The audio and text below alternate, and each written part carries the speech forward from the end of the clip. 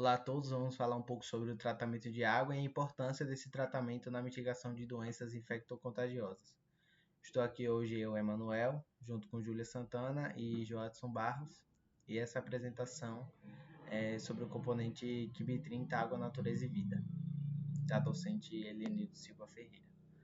Bom, para dar início, nada melhor do que começar pelo começo, do início do processo. O processo se dá início com a captação de água. No caso de Salvador, capital da Bahia, a água é captada pelo Sistema Integrado, né, de Abastecimento de Água. É assim que a água é captada. E no caso de Salvador, na bacia do Rio Paraguaçu, que ocorre essa captação. A partir disso, vai ser iniciado um tratamento inicial. Bom, o início do processo começa com a coagulação. O primeiro passo do tratamento, onde são adicionados produtos químicos, geralmente sulfato de alumínio, para formar flocos que aglutinam as partículas sólidas. E a partir dessa coagulação se dá início à floculação, porque essas partículas sólidas se aglutinam cada vez mais. E esse processo faz com que facilite os processos posteriores. Nesse caso em específico, o processo é a decantação, onde essa água já floculada, ela tem um destino para tanque de decantação, onde toda essa sujeira, todos esses flocos descem ao fundo dos tanques e a água é retirada para ser filtrada e dar início ao devido processo de tratamento. Na filtração, geralmente a água passa por filtros de areia e carvão, mas como vocês podem ver na imagem, existem vários outros tipos e processos que dão ao tratamento total da água. Bom, primeiro o principal processo, que é a desinfecção, e o que é responsável por tratar as doenças infectocontagiosas. Bom, a água é tratada com desinfetantes, geralmente cloro, por isso que esse processo também pode ser chamado de cloração, e para eliminar micro-organismos patogênicos como bactérias e vírus. E a partir daí tem a fluoretação, que é um processo opcional, vai depender da embasa e da região em que ela está abastecendo, pois ela pode ser fluoretada, ou seja, adicionada a flúor, para prevenir problemas dentários. E a partir disso, com a água devidamente tratada e desinfectada, livre de doenças e bactérias, ela é levada à distribuição pela rede de distribuição, na maioria dos casos, da embasa. Ainda assim, os desafios no tratamento de água na Bahia persistem, porque muitos locais não têm disponibilidade de água e a água que é recebida, que é captada, é uma água que contém uma qualidade muito baixa, e isso encarece o processo e dificulta o processo. Além disso, tem regiões que não possuem o tratamento da embasa, como as grandes cidades, como citei anteriormente, Salvador, e o tratamento é feito pela prefeitura. Esses locais têm um índice geralmente maior de doenças infectocontagiosas por conta da falta de tratamento ideal, que geralmente é feito pelas prefeituras desses locais. Pronto, então vamos dar início na importância do tratamento de água. O tratamento é essencial na prevenção, pois elimina redes de micro-organismos patogênicos, como bactérias, vírus, parasitas, que podem causar grandes enfermidades para o ser humano. Aqui nós vamos falar sobre alguns processos importantes para essa prevenção, né? Como a prevenção de doenças. O tratamento adequado da água previne doenças como diarreicas, como cólera, disenteria e gastrointestinais. Essas doenças podem levar a desidratação grave e morte, especialmente nas crianças e nos idosos. Temos também a eliminação de agentes patogênicos, pois o tratamento dessa água, no meio do processo de filtração, desinfecção UV, como meu colega falou, garante a remoção desses patogênicos, das bactérias, vírus, parasitas, que são responsáveis por essas doenças gastrointestinais e outras doenças infecciosas.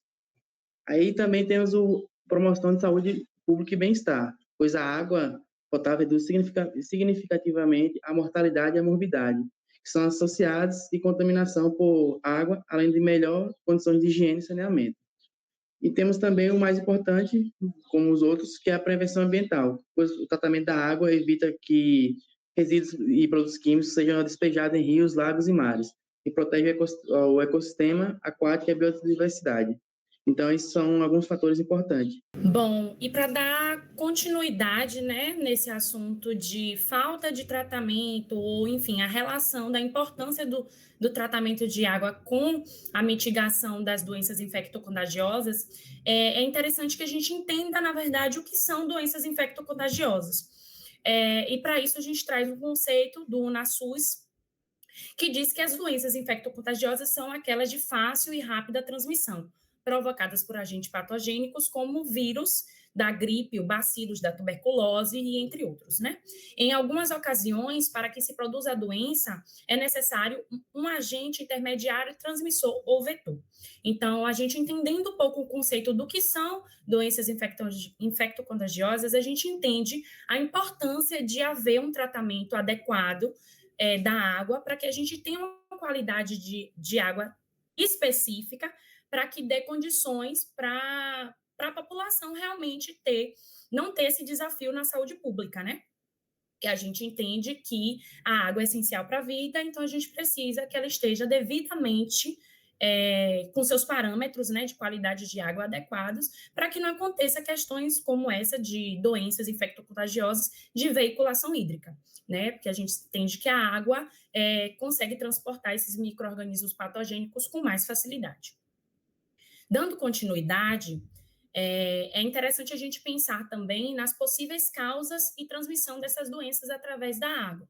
E como a gente citou, né, a falta de tratamento de água pode ter várias consequências para a saúde pública e, consequentemente, né, a população e todos, através da contaminação, ingerindo esses alimentos contaminados pela água, né, não tratada, ou, enfim, tendo contato direto com mucosa e tudo mais. Então, é importante a gente ter esse cuidado, porque, como o colega citou, as populações que são mais afetadas por essas doenças são populações que estão em condições precárias.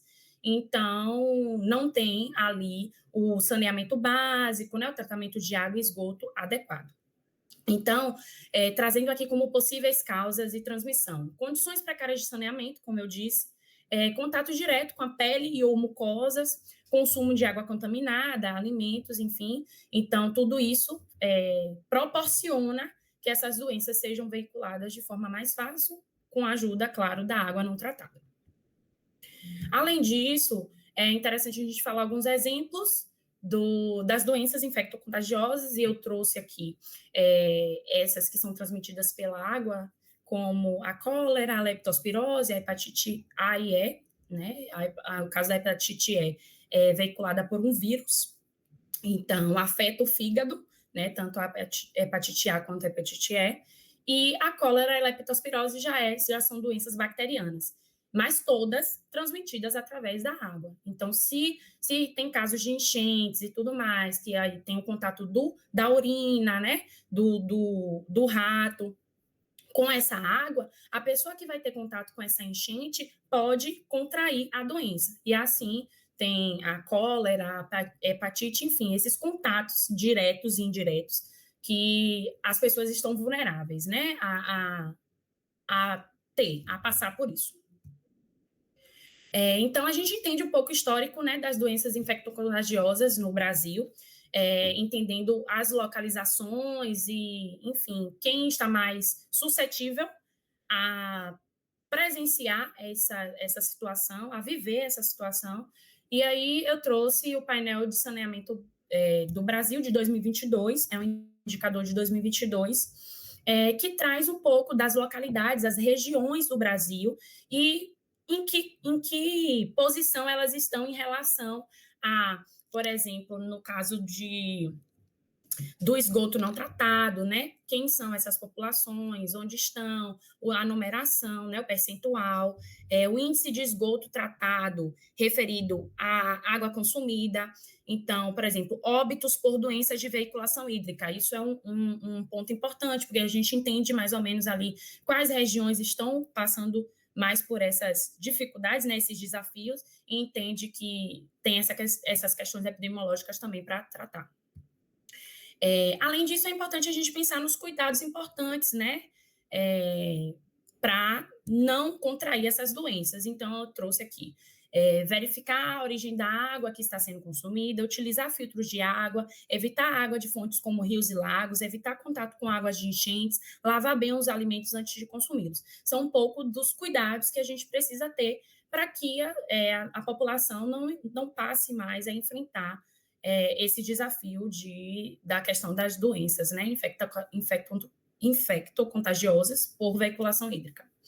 E é isso, a nossa apresentação se encerra aqui. Nós agradecemos a atenção, essas são as nossas referências, e a gente acredita que conseguiu expor um pouco da temática para que a gente traga o debate do assunto.